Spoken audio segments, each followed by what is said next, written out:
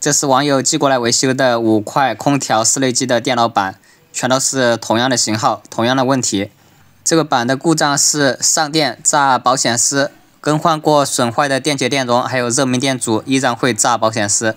这一块板是被维修过的，更换了损坏的电容。看了一下剩余的板，全都是这个300伏的滤波电容炸掉了。这个电容损坏有2种原因啊，第一个就是电容本身的问题，第二个原因就是输入电压过高，比如说总零线断了，导致220伏升高到380伏。在电路板的交流输入端都是有一个压敏电阻的，这个压敏电阻都是好的。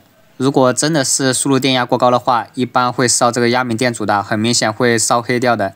这个板有可能是使用的这一批电容有问题啊，就是通病。我们先测一下这个更换过电容的板子，测一下电容两端，看是不是还有短路。测量发现还是有短路啊，所以更换了电容之后，还是上电就炸保险。如果是这个电容自身问题短路的，一般这个电源芯片不会烧。不过电容在损坏的时候，一般会把这个整流桥给击穿了，所以短路的地方有可能就是这个整流桥的问题。接下来把这个整流桥给它拆掉，然后再测一下电容两端的阻值。拆掉之后，现在测量就没有短路了，就是整流桥的问题。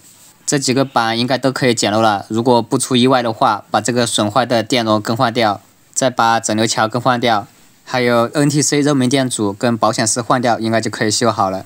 花了点时间，现在换了一个新的整流桥，然后一个新的 NTC 热敏电阻。保险丝因为没有一样的，所以用电视机上的保险丝给它代替了。接下来接上电源测试一下，现在就有电了，不会跳闸了。然后开机试一下，可以正常开机，轻松捡漏啊！5块板都是同样的问题。